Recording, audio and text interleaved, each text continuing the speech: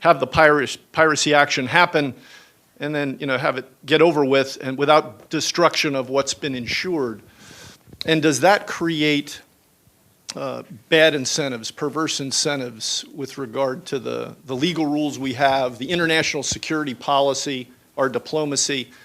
If it does, where are those points of friction with the law, with other notions of justice and fairness and how this plays out?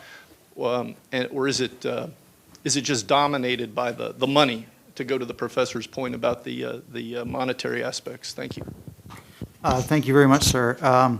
Well, I guess my view would be that industry has been relatively supportive of privately contracted armed security.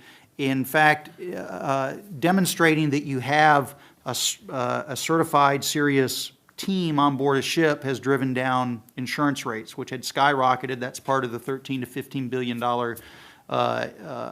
effect on the global economy. So far, there's some cost savings or some value. There's not been one ship that has had private security on board, or government security for that matter. There's not been one ship with armed security on board that has been successfully hijacked.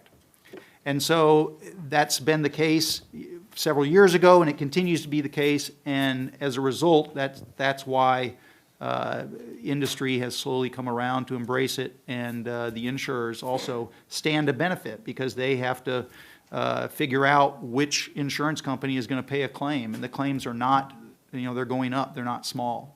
So that's a new data point for me, not having looked at this in a while. So you're saying that the industry is coming around. Barclays and these other big insurers are comfortable now, increasingly comfortable with armed commercial vessels, as long as that's professionally done and regulated with professionals doing it? Yes, sir. That's great. Thank you. Sir. There was a case going on now. Could you identify yourself, please? Sorry. Yes, sir. There was a case going on, I think it's still going on, that somebody in the U.S. is suing Shell Oil for its activities in Nigeria, saying that they helped the government, the Nigerian government, kill some of their relatives or something like that. Are you familiar with that one?